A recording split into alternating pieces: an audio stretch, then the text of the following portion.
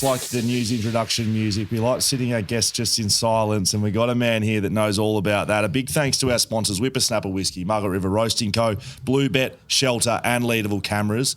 We are here on BackChat, and we are joined by the one and only Ryan Daniels. How are you, mate? Oh, stoked to be here. Footy Rhino. It does feel weird sitting on this side for Does me. it? Like I was on the way here and I was like, I don't think I wouldn't have been interviewed that many times, maybe once or twice. Really? But not in this kind of environment. You would have wanted to come with a bit of a run sheet. You would have wanted a little bit of a script over my shoulder. Yeah, when you're the interviewer, you kind of have some control to a degree. Yes. I've got no control, so. Well, get ready because you're under the hot lights here, under the microscope. Oh, we know you're a big BackChat fan, RD. I know you I are. listen often. Yep. Correct. So you'll know what the best and the first question we ask every guest, right? We know you've done amazing things. You're a journalist, so we can't tell people what you've done on the sporting field, even though you may be about to tell us. But you've won awards. You're the sport anchor for Channel 7. You've covered the Olympics. You cover international cricket. You've covered grand finals. You've actually done it all when it comes to TV.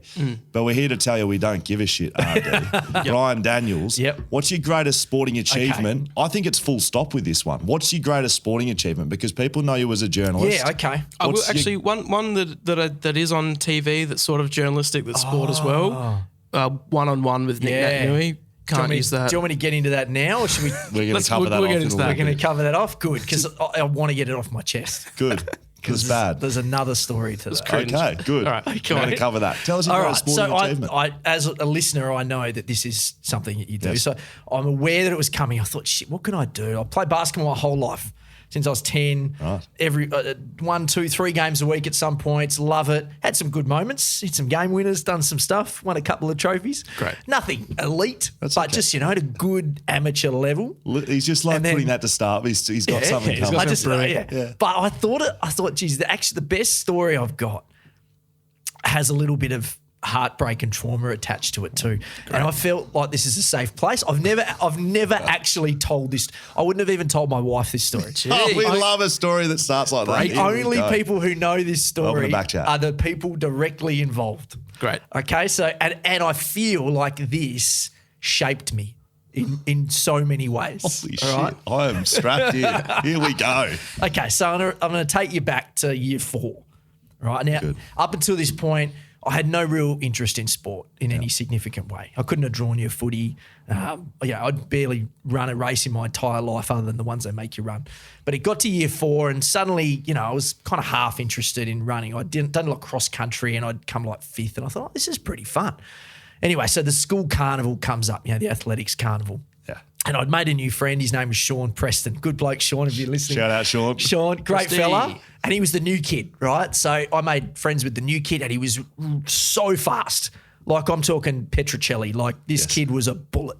Every race, this kid would win no matter what. And he was only a little fella, so his legs were just like... Anyway, gets to the very last race of the day.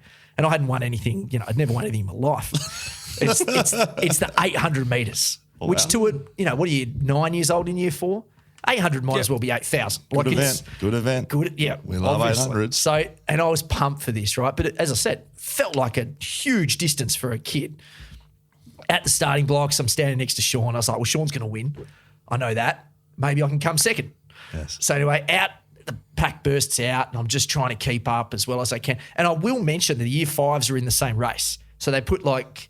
Right. Year 4s and 5s and then year 6s and 7s. But if you're a year 4. Well, no, but if you won as a year 4, you still won, right? And then the year 5 had a winner. So, yeah, they did it like that. But just some context. So the year 5s are in it, the year 4s are in it. There's must be 20, 30 boys in this race. And we're running and we get, I'm doing pretty well. But Sean's out. He's well out. He'd be 100 metres in front. And of the year 5s too. So he's that far in front. He's beating the kids the year above. Yes. And I've come around the last bend, so there's probably 150 metres left in the last bend. Where it's make or break. Correct, right? And lactic acid. At this point, I'm second overall, so I'm also outrunning the year 5s. This is a surprise to me because I've never won anything, and I'm not. At that point, I never even tried to really win anything. Anyway, Sean starts lagging, so he's now about 50 metres in front of me on that last bend with 150 to go. Yeah. And something's kicked in my brain. This is obviously when some sort of hormones kicked in and I've gone, I want to win. So I've the nitric oxide. Yeah, nitric oxide. Is that what it is? Yeah, Nitric the oxide? NOS. Yeah, the NOS. The NOS has Fast and kicked in. Furious. I've hit the button, and I've just burned. Right. I've flown past Sean. Now again, I don't know the rules of fast running because finish. I've never done this before. Right. I've never run in a race like this before, so I don't know. Like, is there like some sort of rule that you're not allowed to run close to the person? There's no lanes because it's an 800 meters. But I've come around pretty close to him, and I've won by 50 meters. Like it's the fastest anyone's ever run. Usain Bolt couldn't have caught me. Yes. I've crossed Peter Bolt, 800 metre runner. You would have beaten Peter I would Bolt. have had Bolt at the same age. I would have had him. Yep. I've crossed the line. I'm not really celebrating because I don't really, I'm so young. I'm just happy to get there. I'm waiting for the little blue ribbon to come up. It's the last race of the day. And then there's all these officials. Sean still hasn't crossed the line. So I'm standing there waiting for my ribbon. There's all these officials sort of talking in the corner, right? Chaos. And they've come over to me. I can remember it like it was yesterday, even though it's 30 years ago. Blood doping. I'm sensing blood doping. Is that what's happening? EOP. You beat The into test this will cup. come back. Can you beat into this cup? They've come over and they said, we're actually going to give you second. And I said, No. what happened? She's like, when you ran past the other little boy, you've shouldered him. And he went down for a second and then he's come up and finished second. So we're going to give him first and you second. What? So they haven't disqualified you? Correct. you just They bodied just someone. made this rule up, and I swear to this day, I did not shout.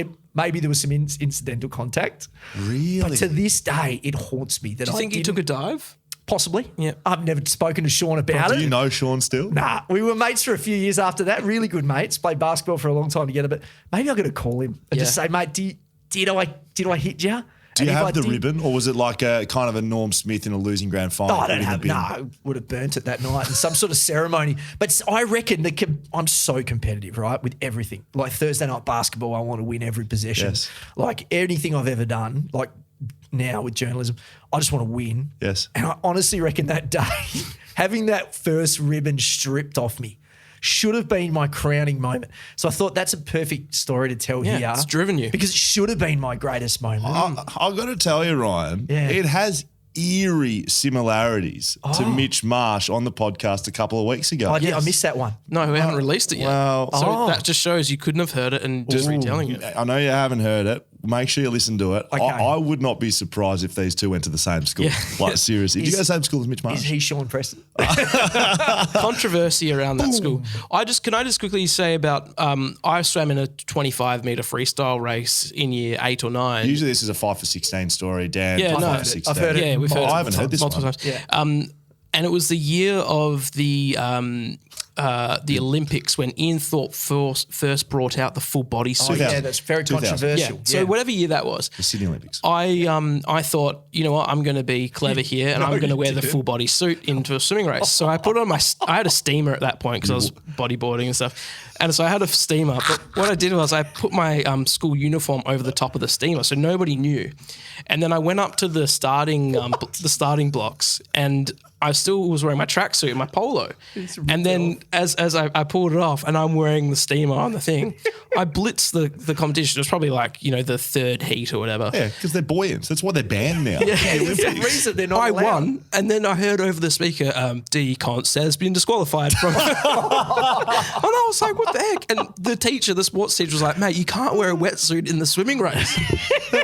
So Do you I think relayed- would you have won? Hell no. I was a horrible So it swimmer. was all the suit. Still am, probably. Wow. God. So you know I feel the heartbreak. pain, yeah. Yeah, that sticks with you, that stuff. Yeah. I'm trying to think if I've ever been disqualified. The only time, I tell the story all the time that I was 80 metre state champion. Of course. I had never said that I drew that race. Whoa, We drew. So I say this every podcast, 80 metre state champion. I know, I've under heard. nines. And Daniel Venables was, and he did it quicker in the same year, 10 years later. I drew with a kid from Doncaster, don't know his name. They gave us both blue ribbons. Sean Preston. Yeah. So they didn't give it back. So there we go. We've all got something off our chest today. Oh man, standing on that podium with that red ribbon was like torture. What was What are the officials doing too? Just disqualifying. You know, don't make me There's stand no up leniency there. in the rule. How many years ago is this? 50? It's not like 30. It's not like you've held on to This this is at all. 30 years ago. I want Sean Preston, if you are listening, to write into the podcast. We need your version. We need Sean's. I think we're Facebook friends. Okay, good. Okay. I'm going to contact Sean. I need his version. I reckon he's elbowed him in the kidney or something. Do you reckon? Absolutely I dropped want, him. now, Well, I might have blacked out. I mean, as I said, it was the first time the NOS had kicked in for me, so there's every chance I did hit him. Okay, so Ryan Daniels, the wannabe 800-metre runner who turns into a journalist. What's your first job? Macca's. I was 14 and 9 months to the day. Yes. Went into Canning Vale Macca's out in Perth's southeast, I guess you'd call that. Worked there I was at Macca's for 10 years. 10 Loved it. years? Yeah. Went. Career McDonald's. That worker. is huge. Well, there was a point where I Did you thought take I long would service? be. Yeah, I did. I got paid out long service after I left. So I loved it too, like not just for the free food, but I ended up working at like 5 different, maybe 6, 7 different stores. Ended up being store Great. manager. Once store manager of the year. Holy shit. Yeah. This should have That's been off good. the top of the run sheet. Yeah, store manager of the year. Well, it's the competitiveness, right? Everything I had to win, everything. So it all goes back to that race. I didn't actually know that, but I got to ask, filet fishes, yes or no? No, God, no. I never ate one. Worked there for 10 years with free food, never ate a single fillet of How do you fish. feel about You've that? missed Dan? out, mate. I would Yeah, say there's one down here, actually. There's 10 Holding years, one in my hands. 10 years of your life you could have been enjoying that. Well, I'll give you some insight too, because from people who work there. Okay. Because no one orders them, right?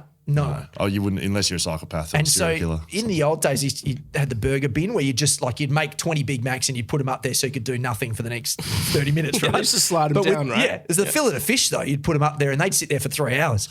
And then someone would order one and you'd be like, ooh. So you, as a fillet of fish eater, Yeah. you must have got some shockers in your time because the fish patty would sit in the thing for nearly a day. Like it'd be crusty and cold. The good It's thing- amazing that you're alive. The thing that is takes so over for it is the steamed bun. Like it's so moist, yeah. so it creates moisture in everything, does, and there's that's like true. a pound of That's mayo true. in it too. So you've been a Perth, West Australian boy. You're in that's what you've been. Yeah. In this state and the media industry. Let's talk a little bit about the sports media industry. Yeah. What's the journey from Macca's store manager of the year? Okay. Are you doing it at the same time? Yeah, so I can remember the moment. So I was working at William Street McDonald's, right, which is a 24-hour McDonald's. That's chaos. There's no door on this place. So it's 24 hours. It's in the heart of the city and there's no door. Like literally you can't shut the door. To get your head around that, it is a mind. Can I swear? Yeah. It's a mind fuck when you're there. When you're working there and it's 2 a.m. and you're like, if something goes wrong, I'm stuffed. I can't shut the door. I can't lock anyone out. Yes. So it's all things are possible. Yes. I saw people get stabbed there, like on the floor right in front of me. We got robbed a bunch of times. It was an scary. experience, right? Working there. It was chaos. Anyway, so it was at one of those points. Actually, I can remember it. I don't know if I can tell this story. You can. I'll tell it. Okay. So Very big podcast here now, mate. I just true. will say, last person was on this podcast didn't want to say something that went wild. I'm going to end up on the front and the back page for this. Saying.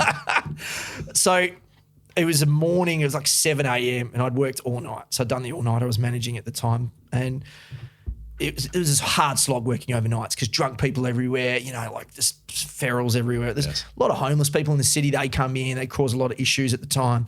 So anyway, I'm just about to finish. It's maybe 15 minutes from the end of my shift.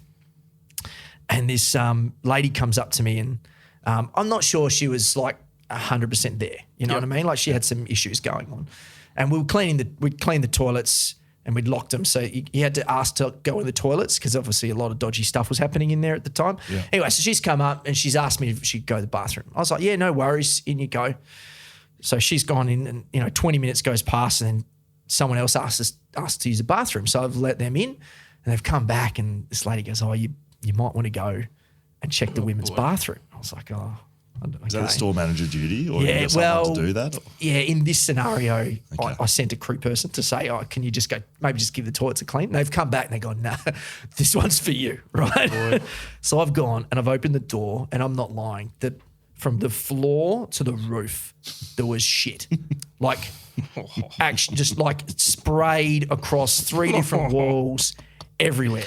She's had a bad fillet of fish. And it was correct. And it was this lady and she's still in there and she's sitting on the floor and she was naked and covered in shit. And I had to help her out, call the ambulance, So this is the moment you moved into sports. Correct. So literally that day I've driven home and I've gone, this is not for me long term. Wow. So I started making plans to get out then and there. Wow. And I'd always loved riding. I'd always loved sports. And now I had an incentive to get out of Macca's. So I studied at uni for took me 5 years to do it because I was a terrible student. I just used to cut class all the time and half turn up. And at the time, so I got transferred to a different McDonald's, Carousel Food Court. And I'd been working with this. I love how this journey's interlaced with which McDonald's you're at the time. It all does because it's, yeah. So I was working with this girl, Mel Wardrop, who I'd been at a couple other stores. And because when you're store manager and you start a new store, they're like, what do you need to make it work? Kind of like a coach. You want your own assistant coaches and stuff. You bring them with you. So, I'm comparing myself to a coach here. Yeah, so I get to, and they're like, what are you going to do to make this work? I was like, well, can I have Mel? Because I worked with her before. She's really good, great manager, great operator. I was like, if I can get her, I can trust her. Let's do that. So we bring Mel over. Mel's the quietest person in the world, right? Lovely girl. You wouldn't hear boo out of her. She's a great operator, works her ass off, but never a word. You don't even know anything about her private life. She doesn't know anything about mine. We're just working. Anyway, I'm 3 years into uni, studying media, trying to get a leg up somewhere. And then she goes, oh, where are you going? I was like, oh, I'm going to uni. She goes, oh, what do you study? I was like, oh, I'd study media. She goes, oh, my dad runs Channel 7. I was like, oh. Right now, I'd looked after Mel for 5 years. I promoted her to manager. I took her with me to this other store, promoted her to second in charge. I'd been good to her, because she was a great employee. And now it pays off, right? So she's like, I'll call my dad. He'll get you some work experience. So she does. Next thing you know, I'm there on the next weekend working with Barra. G-Man's, this is 2005 probably.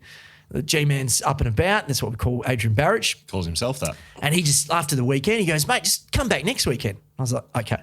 So for the next 2 years, I go in every single weekend to Channel 7, work with Barra at Nerily Meadows, who I heard you on the podcast. Yep. And just come in, work for free, do whatever I can, help out wherever I could, end up landing a job in what we call the library, which is your archive, old vision and stuff. Worked in there every Saturday for 2-3 years. Then about sort of 06, 07 range, I started doing some stories on air. I think I got my first story on air maybe 08. It was when Paul Meadows kicked 5 in the Anzac Day game. I remember it like it was yesterday. For Collingwood? For Collingwood. Yeah. For Collingwood. And then it kind of just rolled on from there, but it wasn't like a traditional path. I don't think there is a traditional path in. But that only really came about because of McDonald's. So wow. I'm very grateful for Mel and her dad, Ray, who ended up giving me a job as a publicist and then as a sports journalist. Huge. Yeah, it's funny how the world works. Well, I think it's a funny industry, not having been in the industry my entire career, but I feel like I am now, and I do look at it, especially in West Australia, it's a closed circuit, right? It's not this big American state where there's 1,000, there's 100 different TV channels and there's all these different newspapers. There's Channel 7. Yep. There's Channel 9. There's no more Channel 10. There's the West. There's, some smaller operators, but there's a lot of kids and a lot of people aspiring to get into the industry. There's just not a lot of positions. And the positions that there are, they're sometimes people are in them for 20, 30, 40 years. 100%. And that was so when I came in, I got my first full-time sports gig in 2010 after about 5 years of toiling. And you'd been doing free work. Essentially, yeah. A couple of paid shifts here or there, but mostly for free, working in publicity, working in library, doing all this other stuff, just trying to stay in the building. When I got in 2010, it wasn't till last year, so it had been 12 years between hires for us in the sports department when we put Anna Hay full-time into sport. That's how rare it is. Yeah. It's so rare to get a full-time sports gig, particularly at TV stations, but really anywhere in sports in WA. It sucks. It'd be good to have more people coming through. Well, I think we asked the same question narrowly, and maybe it's a bit deep, but it's good. What do you look at for young people coming through then? Yeah. Is the advice take what you can get? Go and work in the archive, or is it yeah? Do you know what I mean? I find it difficult having not been in the industry. I look at young people coming through. I'm like, I don't know how. If you want to be a newsreader, if you want to be a sports newsreader, there's 2 jobs in the town. Yeah. So it's not a very... Well, 3. Lockie does it as well. So correct. There's 3 jobs. Yeah. You can't... So the way I've always approached it is you want to do everything, right? You want to read the news and you want to break stories and you want to call footy and you want to go to the Olympic. You want to do all those things, but there's no okay, well, if you do these 5 things, you'll get there. Because even if you do all those 5 things and you're doing really well, there's no guarantees. I wouldn't be reading the news if Baz didn't become the mayor. Like, he'd still be reading the news. Yes. So you need like a bunch of stuff to happen to just open up in your space. I wouldn't have got the sports job if Nerily hadn't moved to Sydney. Like, she'd still be doing it. Well, maybe not now, but, I might have missed my window. So you need to take every opportunity that you can get. But the biggest thing for me is writing. And I heard Nerily, she talked about it too. But that is the main thing you need to know how to do. Because unless you played footy, right, it's like you can come out of footy and you can get a couple of doors opened. Yeah. You still have to do the work. Correct. And I hate the perception that every former footballer can just do media. That's not true. You need to actually do the work. Good luck to you. Yeah, That's correct. why you don't say every former footballer. Well, there's a million former footballers, and there's probably 50 jobs that are going nationwide. Yeah. So you have to be able to write is the main thing. Like, practice when I wasn't working, before I got the job, I wrote a book, which still will never be published, but it was 600 pages long. Title? It didn't have a title. Don't lie. But it was and I don't know how to give it away because I might actually write it. I'm going to actually revisit it at some point. Is it a fiction or is No, it's about footy. It's about it. I was obsessed with Bill Simmons at the time. So the great Bill Simmons, I still love him. He's still my favourite writer. We're obsessed with him. Yeah, and so he wrote a book, The Book of Basketball. Yep. And I was obsessed with this book. I read it 50 times. I love basketball. And I thought, geez, there's nothing really like that for footy. So I started writing like almost a football version of it in my own style. And so it's sitting there somewhere and I'm going to revisit it someday. You've just triggered a memory of mine that I've not got in my notes and I think it's very relevant. You potentially think you were running podcasts before podcasts were a thing, correct? Yes. Is that right? Yeah. What were you doing? What you told me this at the West? Footy Rhino podcast. I couldn't even tell you the year. It was early days though, right? I reckon it would have had to be like 2011. Yes. Maybe 2012. So I had a blog, a Footy Rhino blog, which used to write a lot about fantasy, which some people might have read it. Like, it was just a lot of lighthearted stuff about fantasy, try to put a bit of humour in there. And then we started a podcast. I reckon it was the first one in Perth for sure. And I had Dennis was my first guest, Dennis Kameni. Really? Baz hooked that up for me at the time. He's like, oh, yeah, he'll do it for sure. And then so I interviewed Dennis over the phone. Terrible audio. You couldn't hear a word of it. With the speakerphone on the table. Yeah. And it sort of went from there. We did like 100 episodes and we had a lot of fun doing it. But at the time, you didn't make money out of podcasts. No. And it started to get to the point where I was doing so much at 7 that I didn't really have the time and it was getting a bit risky too. Like, some of the content in Footy Rhino was a little bit risky, so I couldn't really continue that. The readers will know. But yeah. The advice to the kids is just work on your writing, stick with it, because the people who don't get jobs are the people who give up. And I see it all the time. There's people who they try for 2 years and they give up. Yeah. And then there's others who just stick with it, and they eventually will find something. And if you're good enough and you're at it long enough, you'll get there. And just try to make as many contacts as you can. I don't mean breaking news contacts. I mean, ring you guys. Hey, can I come and sit and watch you do a podcast for a couple of days? We'll have you. Correct, you will. And then you learn a bit and then you find a way to contact me or Lockie or, someone else and go through that path and just meet people and be dedicated when you're there. I had a guy, we did a story last year. I won't say his name. I can't remember his name. But we were doing this interview and it was a big interview, right? Dan Venables. And we were sitting in this room and it's really in-depth stuff, right? And my camo at the time, Paul Harwood, great camo, he'd set up the studio, 2-camera shoot, plus the camera in his hand. He's lit it up. And this kid wanted to be a camo, right? And so he's working with Paul, one of the best camos in Perth, been all around the world. And this shoot is a big shoot and there's really in-depth stuff going on in the conversation. And the kid, Paul said to him, mate, you can run this other camera, which he didn't have to do much, right? Just stand there and make sure it didn't move. Yes. But he gave him this bit of responsibility. Anyway, like Paul's straight after the shoot, this kid's gone missing. And Paul's like, I don't know where I've lost this kid. And he rings him and he goes, oh, mate, where are you? And he goes, oh, I left. It's not for me. I'm just not interested. He just bailed, and no other kid gets this chance. And I was like, dude, you are not going to that's make it. Like, you're out. Like, you've got no hope.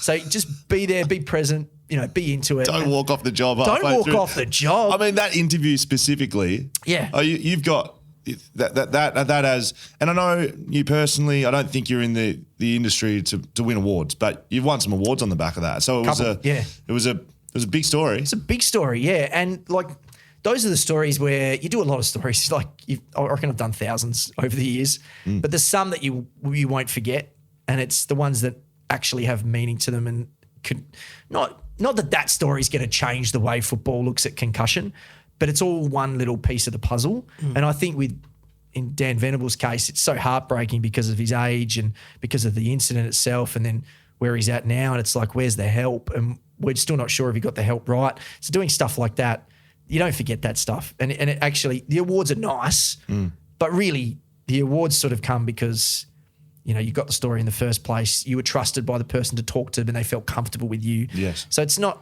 you know, while the story is important, it's about how you got there in the first place. I think. I would say that's why what the start of this podcast is relevant.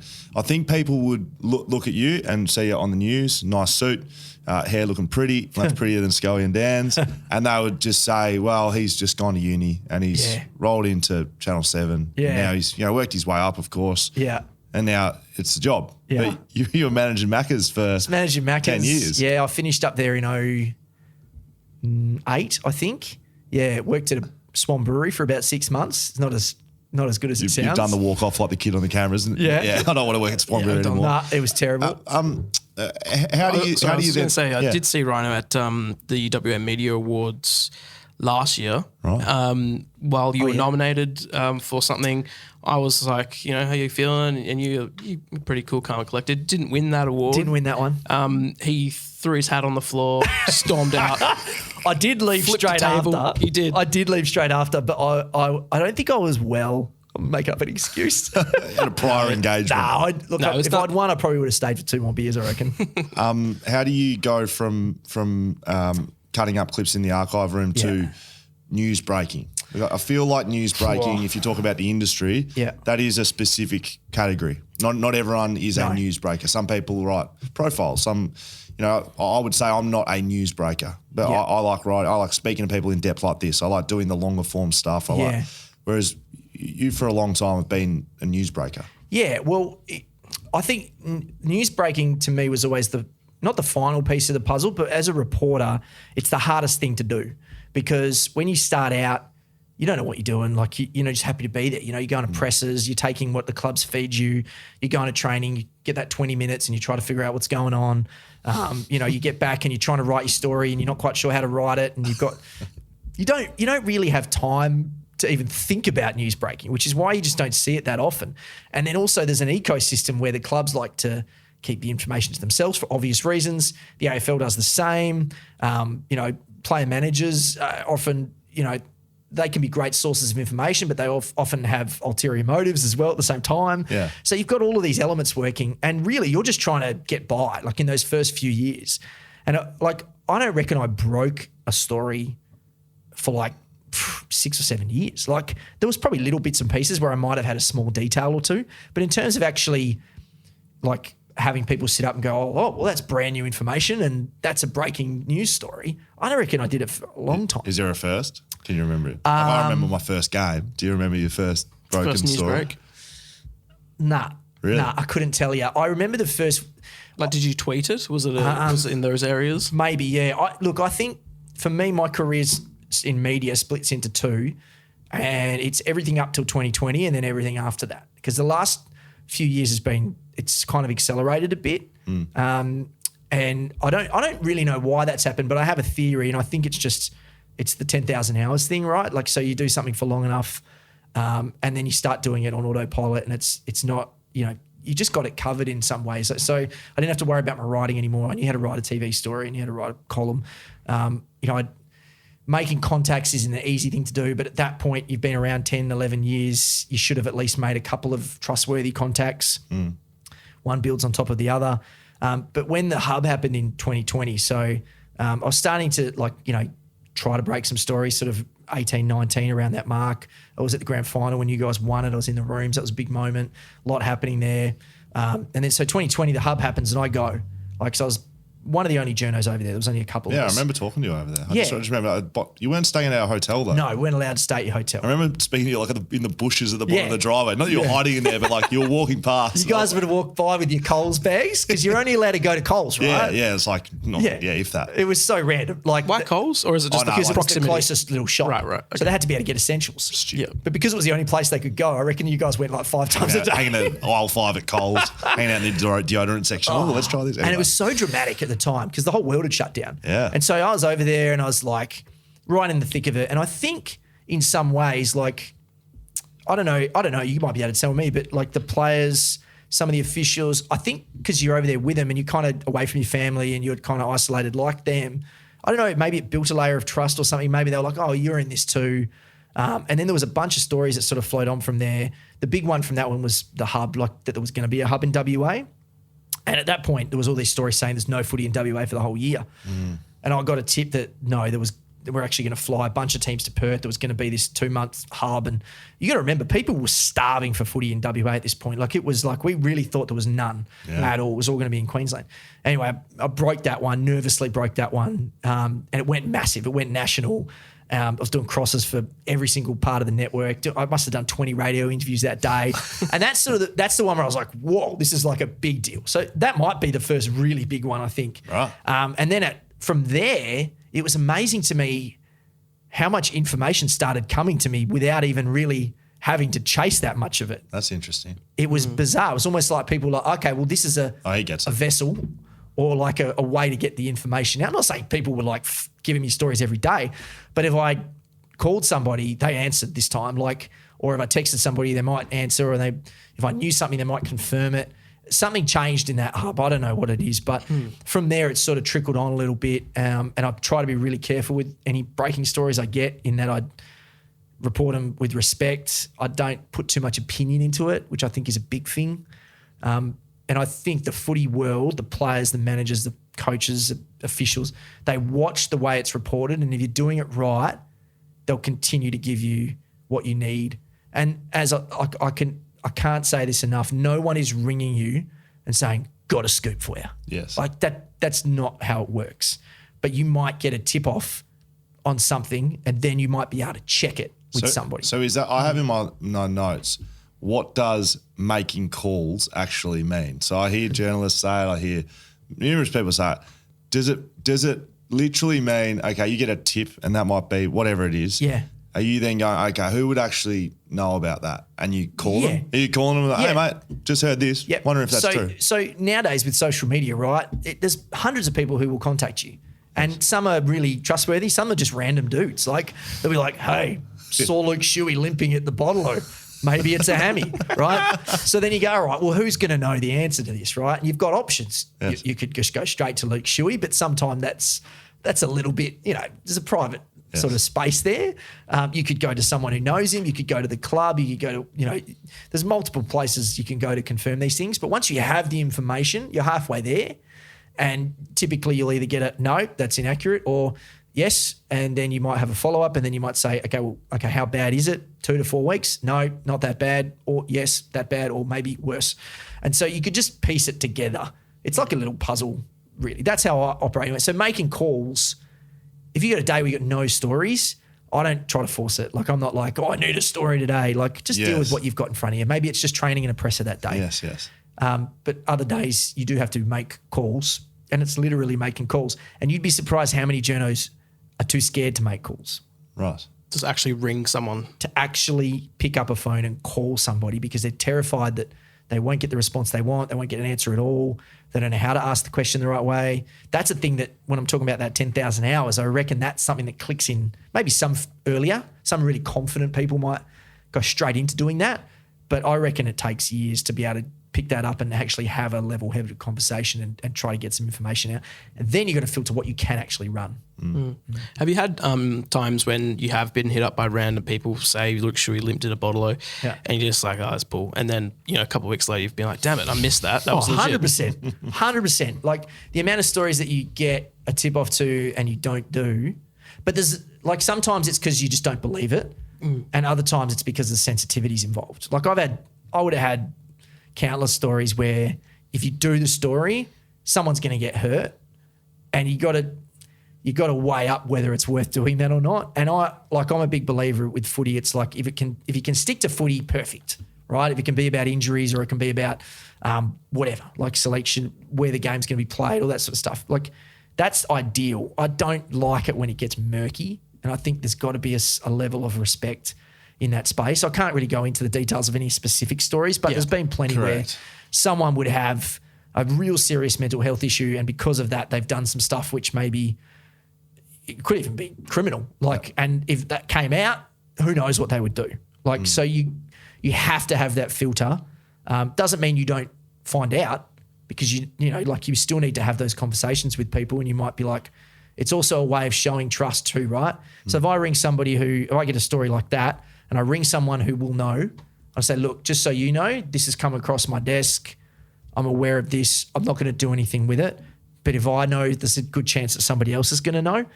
And often people, they respect that as well, and that builds trust too. Yeah. If you just get stuff and go with it every time, no one's ever going to pick up the phone. Sort of like Nick Natanui carrying a box out the back of Lathlane. What's in the box? What's in the box? What's in the box? Sources are an interesting thing. So, Yeah. you know, premiership teammate of mine, his late dad, Tony Brass, Yep. journalist. Yep. Very good journalist. Yep. And One of he the best. went to jail protecting a source. Yep. Spoken to people on this podcast about sources. Yep. And we're talking not tomato and barbecue either, No. like the lads over at Fantasy love to talk about. But Squirt. yeah, correct. Sources, like, do you have to go? You know, how protective are you? I guess I know Very. the answer, but like, yeah, Very. You have to be. Yeah. Because those people trust you. And look, football's not life and death most of the time. Like, if it was, you know, in Tony Barrass's case, like, he was literally dealing with life and death half the time, bikies and real tough a stuff. crime writer, yeah. Yeah, so for me, it's not, typically most of the stuff isn't that sensitive, but also a lot of the people who will answer your questions, or they don't want it. Let's say I texted you and I said, Scully, I heard you got a hamstring injury or something when you were playing. Or no, I hear your teammate Gov's got a hamstring injury. You said, yeah, actually he's looking pretty sore. Imagine if I go and tweet, Will Schofield says his teammate's got a sore hamstring. Then Gov's going to look at you and go, mate, what are you doing? You know, so yeah, that's a small case, but you do have to protect them. So the only person that sometimes will ask the question, like if it's a really big story, like the Hub one, for instance, or Venables, I mean, that was straight from the horse's mouth, so you can't deny that one.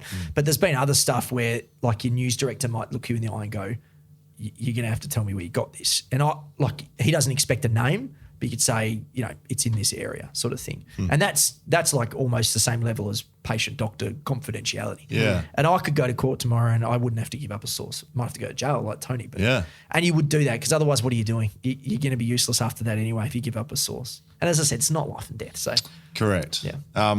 So, I mean, given the timeline, I don't think when you started social media would have been such a big thing. Not really, But it's yeah. certainly a big thing now. Yeah. Let's talk a bit of social media. Footy Rhino's got a good big following over at Twitter.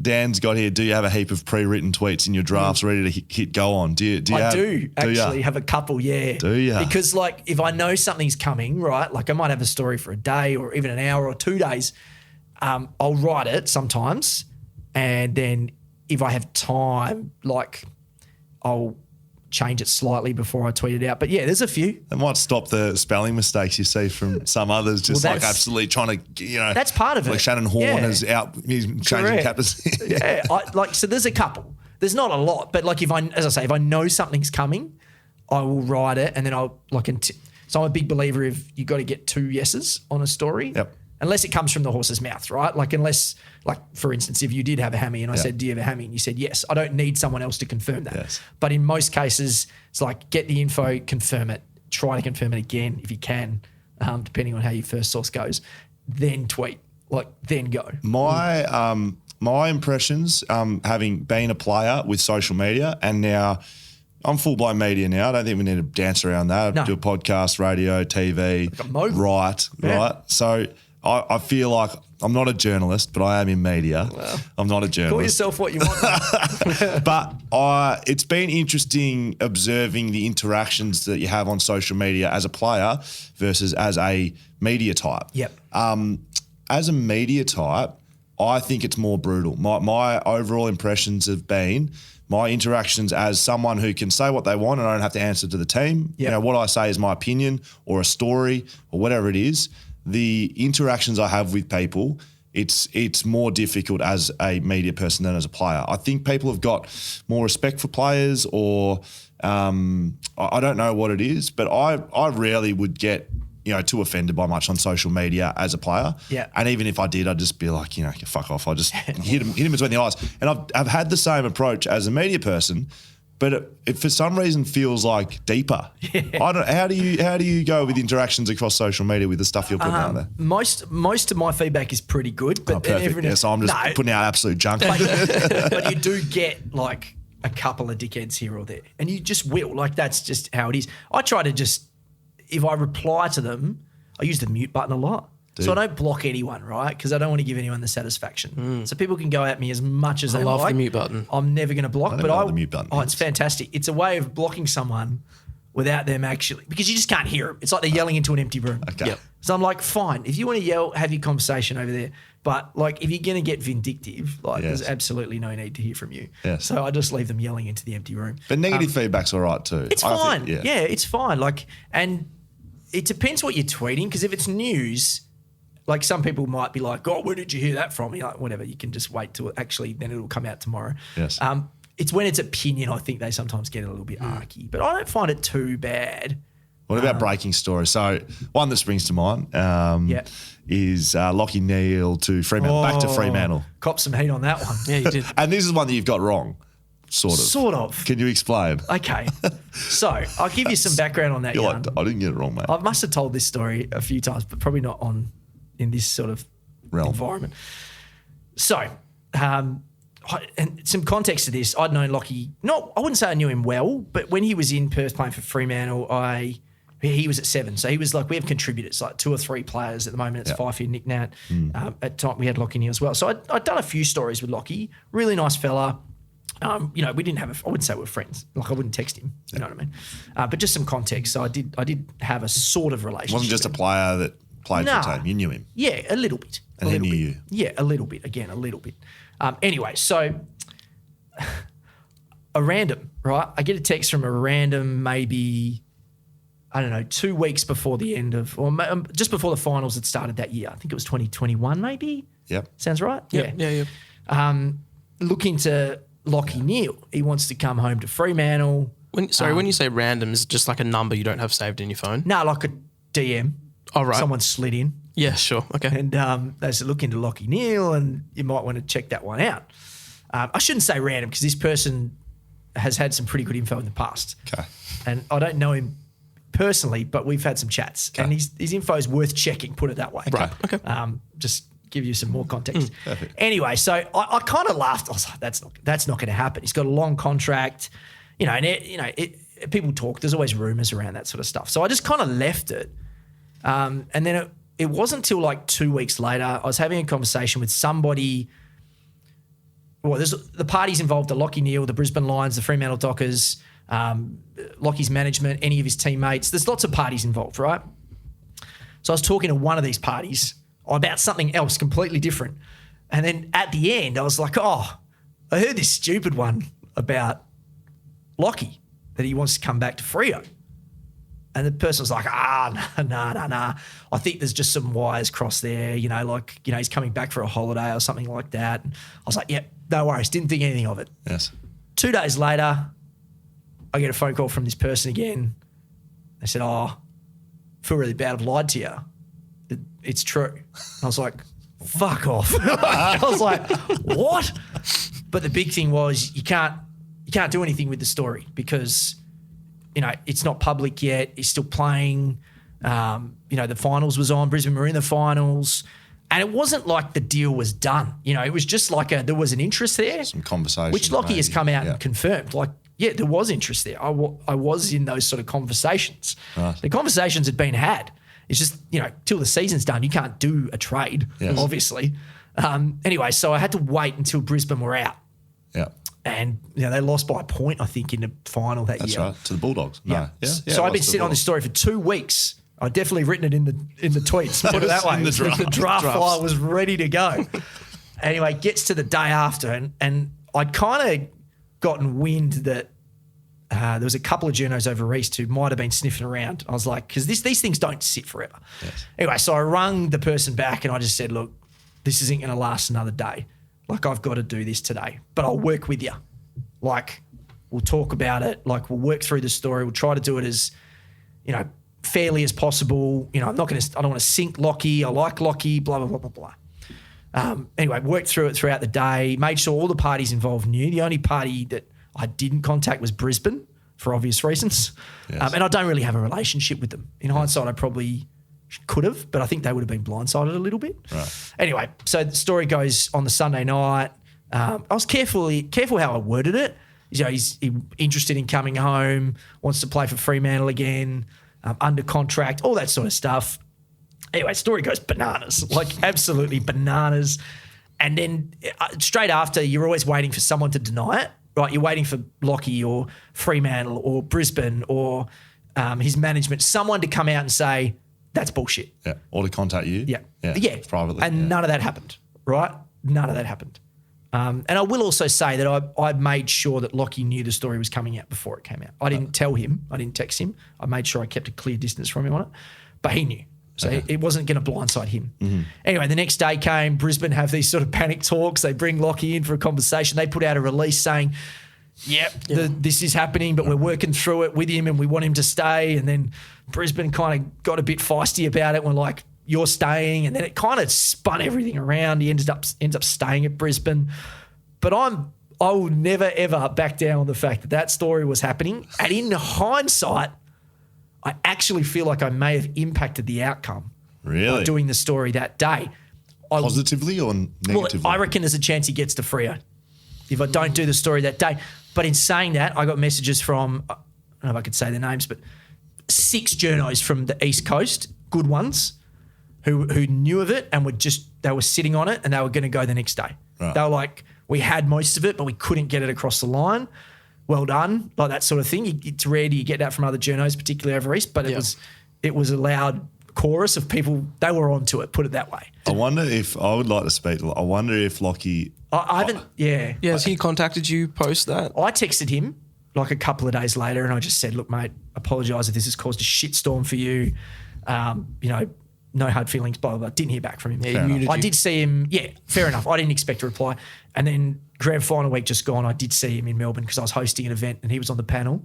So I saw him, but he was fine. No mention went of it. shit house. Lockie wouldn't answer any of my questions. Yeah, correct. I think he might have been a bit dusty, to be fair. Because I reckon maybe he gets a better deal at Brisbane. You haven't said this, though. That's true. I mean, he got a contract extension, right? Yeah, who knows how many more zeros were on there. Correct. Look, at the end of the day, the one negative part of it was that the story became about his wife and her wanting to come home. Yes. And I think that there's 2 things I regret, and that's probably the biggest thing, like even mentioning her in the story, because I did make that part of it. Like, he's got a young family and they want to come home.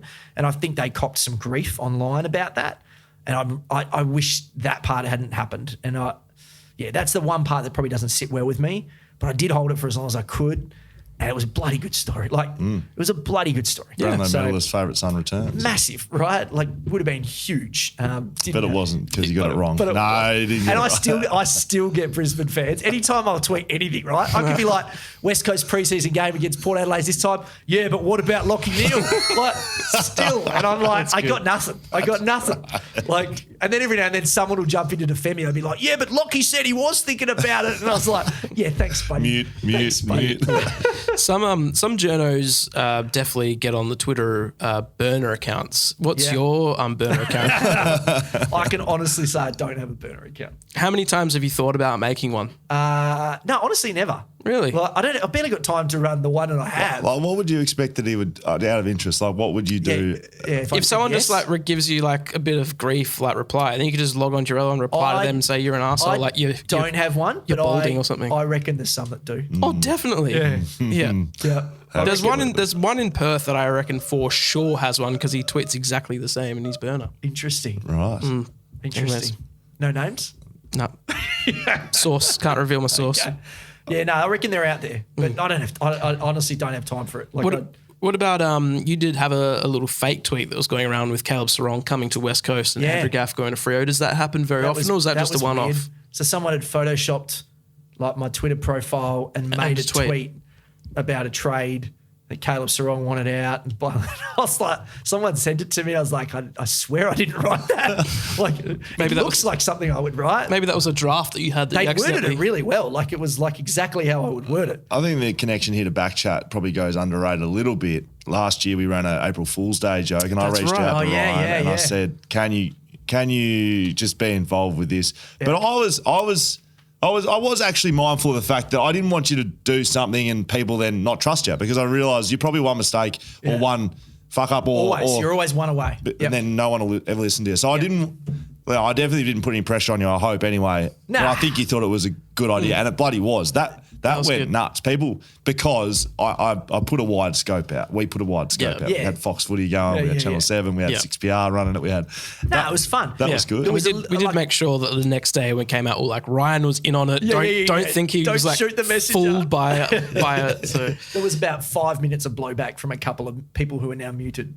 Perfect. Great. What about the AFL media in particular, and then the relationship between clubs and media? Maybe not specifically like personal relationships, but you sort of touched on it a little bit. There's a lot of closed spheres. It's not an open source. Nah. You know, you want to go speak to a player, just talk to them, or you want to talk to a club, you can't do it. Nah. You have to have, you know, what's your views on it all? And if you don't like it or you do like it, what's some improvements? To be honest, I don't like how it operates, and I think that's why it's caused me to operate in a different way now. Like I used to sort of be there waiting for the food to come out, you know, like, and now I just kind of like, okay, well, training's going to be on, press is going to be on, but if you want actual stories, if you want access, you're going to have to go around about and do it a different way. Yeah. And it doesn't mean be sinister. It just means work on your contacts, make it more about the stories themselves rather than shooting the same training every day and shooting the same. Because you get, like, it's crazy, right? Like, I got a lot of friends at West Coast and Freo, like the media departments there, really good people in them, but they're really heavily restricted as to what they can do. Like, I'll give you an example. Like, I can ask for a player from Fremantle or West Coast. Let's say I want Elliot Yeo or I want Caleb Sarong. Like, it could take 6 months to get that. Like, it could take, that's how long it can take, because they have to go through all these hoops to get it, and then they don't want to do it because they're out of form or they're injured, or what are you going to ask them though? And then it's like there's all these hoops you got to get through. So at some point it doesn't feel like it's worth it. I think the ecosystem is a mess, because I think you've got the players, you've got the clubs, you've got the AFL, you've got the media. None of it really works for anybody. No one's happy about how it works. The clubs kind of get grumpy at the media. The media's constantly grumpy because they don't get enough access. So then they start writing or putting out stories that are like, they take a little bit and then just go bang. Yeah, or you get locked out from training, so you go and put a camera outside the fence and you shoot training anyway. Yeah. Then the club gets annoyed. Then they ban you from stuff. Which is fair enough from both parties. Like, the club should be annoyed, but also the journalists are trying to do their job. Correct. Yep. And no one's really doing anything that wrong, but it just doesn't really work. Like the clubs will let us shoot the intra-clubs, right? But only the first quarter. Yes. And so my mind is like, why? Correct. Like, why not just let us shoot the whole lot? What's the difference? Correct. Like, you can't give an accurate story then. Because the next day you're doing a 2-minute story on this intra-club. Yes, we would do a 2-minute story on an intra-club. But you've only got the first quarter of vision. Yes. So Oscar Allen takes the world's greatest hanger, or, you know, Andy Brayshaw kicks the goal of the year from the pocket. Yeah. You can't run it. Like, it drives me mad, but it comes from trust, nervousness about IP, like, you know, the way they want to play and all that sort of stuff. How would you fix it then? Is it fixable? Like, what? I don't think both it is. Big NBA fans. They do it differently. I don't think it is fixable. I don't think it is fixable. How do you think it's changed from when you first started covering AFL in terms of the amount of coverage? It hasn't. It hasn't. That's the problem. Like, it's exactly the same access. You get maybe get a player a week, you get the coach every week, you get a bit of training. That's it, right? The coach, one thing I'm always adamant about is we should hear from more people. We hear from Simo, like, he'll do his, and JL, they'll do their presses on 7, or not presses, they'll do an interview with me on a Monday and a Tuesday night here in Perth, live. And then they'll do a weekly presser with all the media. Then they'll usually on Fox or 7, they'll do a pre-game chat. Then they'll do the post-game presser. That's like, 4-5 times you've heard from the coach. Yeah. But you never really hear from the footy manager. You never really hear from the CEO. You never hear from the list manager. You never hear from the head trainer. Like, we need more voices. Like, they get sick of talking about the same crap. We'll put different people up. Like, I don't know. I understand everyone's hands are kind of tied, and that's why I said I don't think it's fixable. Yeah. Which is why I've kind of gone the other way and just gone, right, I'll just do my own thing over here. Yeah. And every now and then I'll dip back into that club space and go, hey, can I speak to this player? No worries. I'll go do something else. I kind of think we operate in that sort of sphere. Like we have current players on, we have current journos on, we have past players. We kind of, it's a good thing about being independent. Because I have thought about this a lot is, because as a player, I used to get frustrated with almost the lack of ability as a player to do stuff. Like I was a player that liked doing media. Yeah. And I would say to our media managers, and you're right, their hands are tied, but I would say to Stocksy or someone else at the club, put me up. Like big issue, put me up. I'll speak about it. Yeah. Like I back myself to be able to not talk around an issue, but if there's something you want to protect and you don't want to give up, someone's injured or something big's happened and you're scared that it's going to be pulled into something else, I'll back myself in. Yeah. But not a lot of players are like that. No. So there's restrictions from a player's point of view as well. Like, and again, not pointing him out, but like Jamie Cripps, great mate of mine, hates doing media. Yeah. He's got better and better, but like he's a great example. He's just not doesn't want to do it. Doesn't want to do it. And that's doesn't want to fair. speak. And so you're not going to get a Jamie Cripps speaking on it. But I think it's a trust thing. I think because of the way it is, it's caused media outlets to rip stuff apart without context. Yep. So that'll burn trust. And so ideally, if you can create systems or products or platforms where you can have things shown in context, that is a big fix for mine. But whether or not you can do that logistically, we can do that because we don't have a time. No. But you can't. You've got to, I don't know how long your bulletin would how run long for. do you get for if you get a player for an interview, how long are you allowed to run that for on 7? Oh, the max would be maybe 3 minutes. Yeah. Max, it has to be a pretty good interview. I've had longer ones. Like there's been, we had Nick Nat driving an Uber once. It ran 8 minutes. 8 minutes. How much did Uber pay Longest for that? piece of TV news. I reckon the Queen's package of when she died didn't get longer than that. Nick Nat driving an Uber. Mate, it was so much fun. You wouldn't believe how much fun that was. He was a champ too about it, Nick. He was so good about it. While we're on Nick, let's talk about you playing one-on-one let's. with him because, look, I like you, Ryan. You're a nice guy. Thanks. I feel like you're about to drop a hammer. No. But that video, and I understand you didn't direct it. I'm sure it wasn't all your idea. It was one of the cringier things I've seen. You and Nick Nat playing one-on-one at some park. Yeah, Mount Lawley, the park. Do you remember your one line from the ad? I don't. I can show it to you, mate. Just pulling you've it got up it? right now. Yeah. Okay, good. Absolutely, we do. Just for the people who haven't seen it. All time. We got some ads on. YouTube ad. Always cop that. Yep. I'll give you a look at it and you can It's on give us YouTube, a is it? live reaction. Oh, yeah. It's the one. I'll try and put a mic to this for you, Damo. Okay.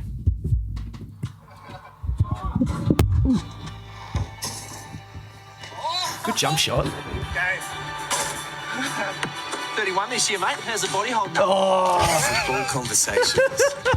that's the body. That's a skyhook. No, because they were like. So the people who are just listening to this, that is a one-on-one in a park. Nick Natanui v Ryan Daniels, big basketball fan, as you've said. Yeah, played my whole life. And you're like posterising him and you're like doing hooks, like rainbow hooks. Like, what is going on? The Magic Johnson baby hook. So what I will say is, 31, mate. Body holding up so all right? that I say to our promo guys every time, I am not an actor, right? Don't make me act. And yet every promo we do, I'm acting in some way, whether it be like I've got to pretend to open a Christmas present and shake it, or I've got to like deliver this one line to like, Nick Nat, like, and it's so cringy. Like I would never, like as if you're going to ask that during a pickup game for starters. Like, how's the body holding up? Like, I was like, oh, it's They're the so conversations bad. you want to be around, though. I'd love to see Let me the say, our outtakes. promo team is fantastic, Yes. but I reckon they do this shit to just take the piss with me sometimes. I would love to see the real of There are outtakes. outtakes. I'm Now, sure. I made sure that before it left our server, I saved it because they've made it look like Nick just tortures me, right? I've got that one fluent jump shot that you see, great release. Yeah. But other Hands a than bit too that, close to your face. a little bit, yeah. But you remember, he's 7 foot. Like, so I'm like trying to avoid getting blocked, which he did block me a couple of times. I'll give him that. But there were multiple moves which worked. Crossed him over a couple of times, got to the hoop. Like, great finishes. If you ever want stripped him. if you ever want a platform to release those, you know where to Okay, come. well, let's just say I won't release it, but maybe you'll end up We'll with it. protect our source. Who knows? I don't know. I've just clipped about 25 seconds worth of Ryan positive highlights. It's your mixtape. I've ignored the times where he blocked the absolute living daylights out of me and the ball actually went onto Beaufort Street. But other than that, It's a commonly known fact. Nick Nat's not very good at basketball. He's tall. But the perception he loves basketball. the perception is he's good because he dunked at the Dunked at Wildcats and got in the shit. He got in trouble. Jeez, that was a funny mate. meme. That was so my funny. biggest fear during that because it was pre-season. He's literally coming off like injuries, and he's like playing basketball. I'm like, don't injure him. So I went easy on him too, like because I didn't. Yeah, of That course. meeting that Nick Nat got done for that, I swear to God, I think it was Simo. I think it was 2014. He jumped over. It might have been Woosha. I can't remember. They played it, and all the boys are up in their seats, fucking giving it to it, and like absolutely give it, and then put it off silence. It must have been Woosha. And it was like, Nick, what do you think about that, mate? And everyone's still cheering and slapping him on the back and greatest thing pulling they've his ever seen. dreadlocks. Yeah. And he was like, oh, yeah, pretty good. Like, pretty good. What happens if you fall and break your leg, mate? Like, just absolutely rip shreds off him. If anyone else wants to think about doing this, think twice. As if anyone else in there could jump over and do it. Correct. Oh, yeah. I'll drive my motorbike across the stadium. Wait, one more bit of footage that I would like you to potentially supply us Oh, with. yeah. I know, a source. The source? Someone. Scully and I spent way too long trying to find it because it might be a Bear seen Bears sort of thing where you've misremembered something. But I haven't misremembered it. He'll remember. You speaking to JL on a live cross and he doesn't know, he can't hear you or something, and the camera flicks to you and you're like waiting for him to Yes. So not Langer, Longmuir. Just like, this happened, You confused right? me. Yeah, it definitely happened. This happened. And it was like going so back and bad. forth. And then you were like, okay, I've got to move on here. So- and then JL audio was still running. And then you were like, oh, well, for fuck's sake. I was like, oh, we're in this now. So what happened was, Thank God it happened. I'm just trying to remember the exact details. So our cameras are automated, right? So there's no cameraman standing behind them. They're just like they're robots, essentially. Yes. And the commands get put in by our directors beforehand. So they have to put these special commands that says, like, this command will make the camera move this way. Yep. And it'll go this way. And then it'll run this story. Yes. So it's all command-based. So someone's put in the wrong command. So when it pops up and it's supposed to be JL off the top, instead, what happened is some other story started running in the background or something, and JL couldn't hear me because his mic wasn't up because the other story was supposed to be running. And then we finally got it.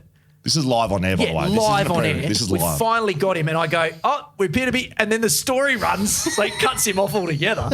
And then I give up, and then like 8 seconds into the story stops, and then he's like not listening anymore. And you're sitting there. A shit show. And I will say, because JL likes to pre-record stuff, and I do too. So typically what we'll do is I'll go in there at 5 o'clock and we'll pre-record it.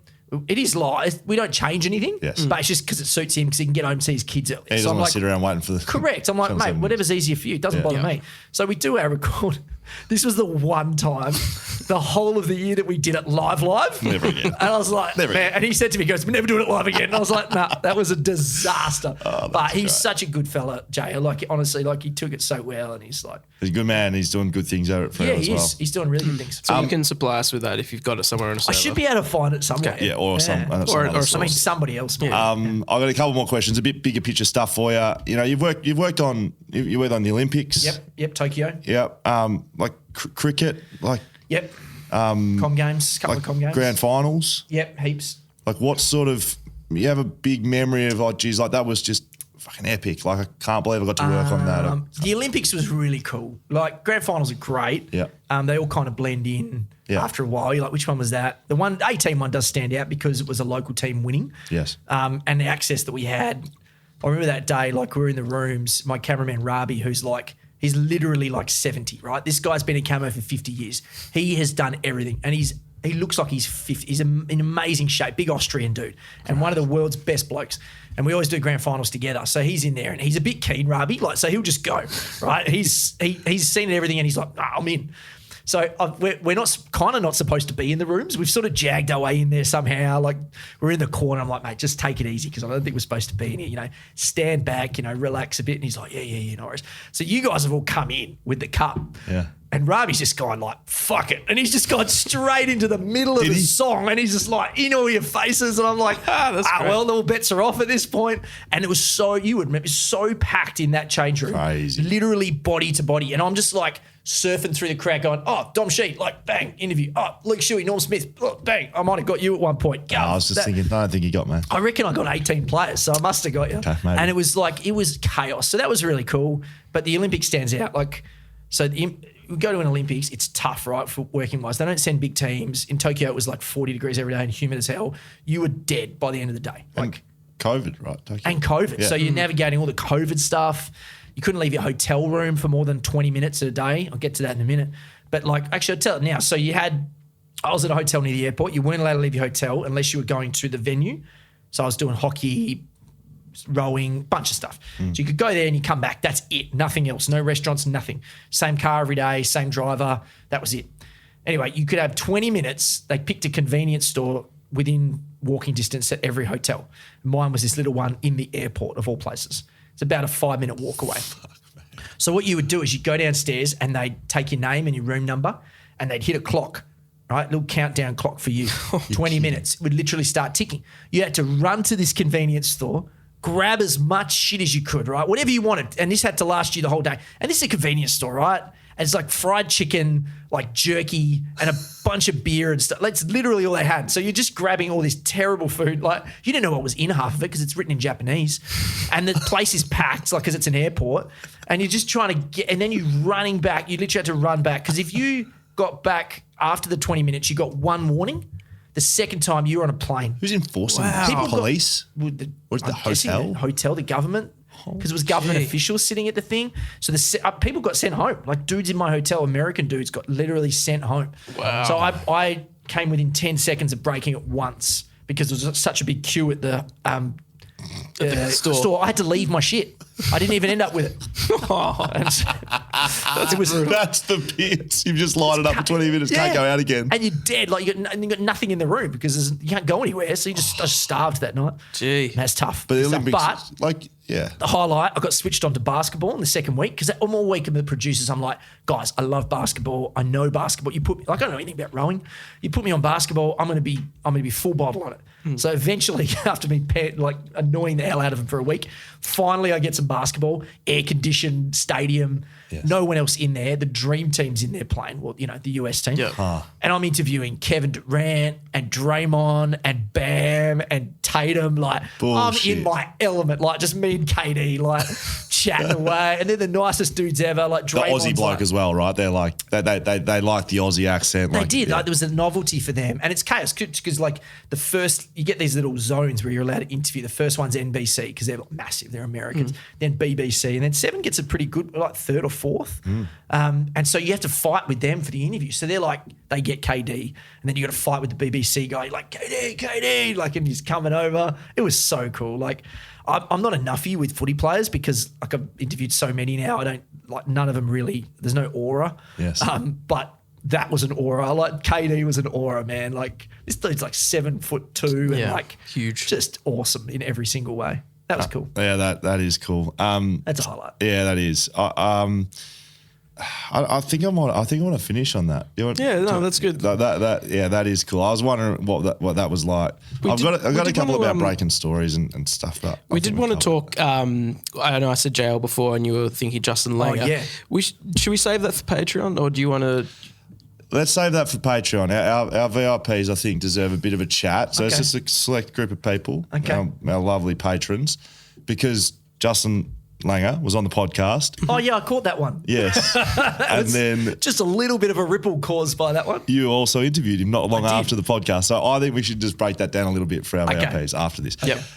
We're at the segment part of the show where this is what everyone's here for, to be really honest. Social media, not social media. You might have misheard. Social media. Sure. I'm sure you know about it. I do. Gets talked about in the annals of the West and 7, I'm sure, all the time. What anyone talks about. This is where the people get to ask you the questions. You've heard enough from Dan and I. Okay. This is from the people. You may or may not know some of these guys. Shoot. Dan, first up. Distagley would love social media with the pun, by the way. correct. He does like a pun. Okay, this is first from Josh Garlop.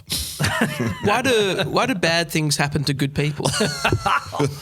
Josh is fantastic, isn't he? Yeah, a Like, friend of the he's- family, Josh. Do you know, like, I worked with him where he was at Fox for years, right, as a sports journo. Yes. And I had no idea he was funny. Like, he was there for like 5 years. And I remember when he finally started doing videos, I was like, man, I didn't know you had jokes. Like, I don't think I'd heard him tell a joke the entire time I knew him. And now he's just like hilarious. That's what makes him funny. Yeah. That's what makes him correct. funny. He's not actually that funny. Thumpalicious. Steve Give us Bandy. your NBA dynasty fantasy achievements. I'm happy # to. point god. We've had a keeper league for 11 years, 12 years. 4 titles for me. Wow. 4 runner-ups. And now I'm tanking for Wemby. But and I can say that, like, that is my fantasy sports. Like, I'm so far into it and I'm really good at it. Like, Wow. If I could make more money out of that, I would do Do you that. play fantasy footy? Yep. Very good at that. I like that. All right. Not AFL fantasy so much. I'm better in, like, keeper leagues and stuff like that. Okay, Yep. good. I love it. Okay. You know, we share that, right? I absolutely could not Yeah, you love love fantasy it. anymore. Yeah. Couldn't love it anymore. Yeah, I'm like already doing prep. I've been doing prep for a month. For the season coming up. It's amazing. Like, I'm like Googling James Rowbottom at like 2 a.m. That's where I'm at. Like, You know, there's a kid at GWS that has supplemented his water for milk. yeah, I saw that. Jason Gilby. Gilby? Yeah. I don't know what's happening there. I wouldn't be putting him on my dream team though. He's out. Heavy. That's where you rule the Leaking- lines for leaking him. milk. He's out. Sweating milk. Matty Steno. How is the Benny Cameron v Rhino Stoush progressing? Would you win in a hypothetical street fight versus your ABC counterpart? So for people that don't know what we're talking about here, just explain. Ben Cameron, ABC, great journalist. Yeah, great call. What's going on Yep. on social media? What's happening? We had like, I wouldn't even call it a beef. I feel like I was involved in one of these. Yeah, you got involved at some point. Yeah. No, I think there was a couple of things that I tweeted that Benny maybe disagreed with, like about the relevance of them. Yeah. Something to do with Lloyd. One Meek, was I to do think. with fantasy. One I was think Lloyd it was Meek. Lloyd Meek fantasy related, and Benny was like, "Well, why is that relevant?" or something, and then it turned into a bit of a pile on. Let me say, I like Benny a lot. Like when he was starting out, like I'd been around for 5 or 6 years, and I remember saying to lots of people, "This kid, he's going to be okay." Like he's got his head on his shoulders, he's a nice kid, like, and he's done really well. I don't have any beef with Ben, and when I see him, we always chat and Well, I've had to cull multiple social medias about the fights between you and Ben Cameron on social media. It's not you real. blokes all right? It's an interesting point of view from you because I used to work with Ben. You know, worked alongside him for 2-3 years. Had horrible things to say about you in the office. Just trying to stoke the fire. That's very good. Dan. Maybe we need to sell it on pay-per-view or something. I think maybe we just need to ramp it up a little bit. I've never been in a fight in my life, but I'm from Thornley, which, I mean, Are you? it's a rough area. Thornley, Yeah, the Southern Yeah. River Band. Southern River Band, mate. From the hood, man. Holy Yeah. shit. So I can throw down if I need to. I've just never done it. So you're saying, Lakers- to answer the question, who's winning the hypothetical street fight? Why, where did Benny grow up? I'm not sure. Do you know? Not Thornley. Did you ever visit the Lakers Tav during fight night? Not fight night. You Friday don't, night you fight- don't walk out of there. do you? Friday night fight night we went to the Thornley Tavern to watch Southern River Band. You went play. to the Thornley Tavern. Oh yeah, mate. Oh, yeah. Holy hell. No, we're there for about 4 hours. One of the better taverns I've ever Yeah, it been was to. good. It was They actually say good fun. Friday night fight night is a Wow. thing. Everyone just goes there and fights each other. Mate, Thornley Tavern is a real thing. I can't believe it's still standing. the_Johnson_CEO. I just want to hear his best. Ryan Daniels, 7 News. What? I don't have the Jeff Parry. But do you change your voice? Nah, I don't think so. Go, give it to I have us. Some people say I have a TV voice. Give it to us. Okay, I'll turn them on in the booth. Ryan Daniels, 7 News. Yeah, mate. That's it. I think that's it. You didn't speak like that for the last hour. No, I definitely have a TV voice. I was sitting with Xavier Ellis once because, like, we do the podcast, and then he had to come on and he did this panel show that we had. You came on the Flashpoint thing. Yes. And Highest when rating, I I think, started, that year. it was, and I started introducing the show, and he's just like, "What the hell?" He's like, "Who's that?" Like, A different TV voice. Will Schofield here on BackChat. You've got a much better on-air voice than me. Tappy95. How do you like your eggs cooked? Scrambled usually. I'm okay with any, but yeah, scrambled. Phil Fogolini. Have you ever seen Dom Sheed and Carl Barron in the same room? Or Paul Kelly. I always think Paul Kelly kind of looks like Yep. Carl Barron too. Fair. Someone throw the 3 of them in there. Fair. No, I Are haven't. they the same person? Could be. Yeah, okay. Thank Pretty you. talented person. Tim J. Yes, very good. Tim J. Woods, 27. Do you like dim sims? Nah. Don't ya? My uncle used to call them mystery bags. And I've never been able to get over that. My daughter eats them though. And I'm like, they're mystery bags. And she's like, they're really good. No surprise, your daughter, smart girl. Loves Because I love Dim Yeah. Sim's always Love a dim delicious. sim. I always order. Maybe I've got to give them more chance. Mate, they're very good. Mystery bag. Do you call it potato cake? you don't or know what's in 'em, Or right? whatever else you call it. Scallop. No, what do they call it? Potato scallop. Do you call it a scallop? I don't call them. Hash brown? I don't know. Different thing. J Manley 444. Ask him if it's true. His mum's name is Sue and his dad's name is Rick. No. Maureen? Mum's name's When Maureen. does Sue and Rick hang it up? Never. They would Do you never- know they're actually not real at this point? They're actually holograms. No. Look, I can tell you, like, sitting there now I get to do it every night. It's actually the coolest thing. Like, I still get a little bit of a flutter Like, it's Rick and Sue, man. Like, I was a kid watching. They started reading together like 30. Like, I was born that year. Yes. Like, that's how long Rick and Sue have been doing this. Don't they have the world record? World record. Yeah. Yeah. It's like Longest news duo. 8 years or something That ridiculous. is crazy. So I'm like, and I worked out, like, there haven't been that many full-time sports readers to actually read with them. Like, Dennis did it. Neil Brooks did it. Baz obviously did it. And I've done it. There might be one more, but it's pretty cool. Like, it's a pretty rare spot. And I'd pinch myself. They're icons, absolute icons. Yeah, Speaking before about like people not leaving jobs and not getting opportunities. Imagine the amount of Channel 7 like newsreaders that have gone through. Like, I'm gonna get this gig one day. Like 30 years later. See you in 50 years. Yeah. This is the last one. You've done well today, mate. Chihuahua biscuit chili. Such a good name. Based on your awesome articles, are you a hardcore cinephile? I had to look up what cinephile was, by the way. Loves movies. Yes. Like, watches a lot of movies. Yeah. Yeah, I think so. Like, less now because I've got 2 young kids. So, like, you know, it's like you might get an hour of TV to yourself like once every now and then if you're lucky. But no, I do. I really do love movies. And I like weaving it into stuff, like, if you can, particularly in the columns, because, I don't know, like, I feel like if we do the same thing all the time, it can get pretty boring in terms of the way you cover footy. So try and throw some personality in there, and movies are great. Yeah. One more question. Sorry. Do you, because journos don't ever get to, do you ever get to write your own headlines? Because they're usually punny. Nah, never. Nah. I just give them the column. Hopefully they don't change too much. Yep. They do the headline. Normally the headline of an opinion piece is pretty straightforward. Yes. I haven't had any where I'm like, oh, guys, come on. Like, you're sinking me here. But nah, don't actually, unfortunately. But I wouldn't mind it. It seems like a pretty fun gig. Yeah. That's it, Ryan That's Daniels, it. BackChat. Done that and was dusted. easy. If you're not following us already, Ryan, which I know you will be, BackChat _ on Instagram, on TikTok, on Twitter, wherever you need to find us. Find it all at backchatpodcast.com.au. You can send us an email about everything Ryan's been talking about. Hello at backchatpodcast.com.au. Thanks to our supporters, our partners, Whippersnapper, Shelter, Margaret River Roasting, Leadville Cameras, as well as... Come on, test in out. Bluebet, you got it. Bluebet VIP codes over at Patreon, and we're going to break down the Justin Langer interview. Thank you very much, mate. No worries. Pleasure to be here. You guys are doing great things. Keep going. Yeah.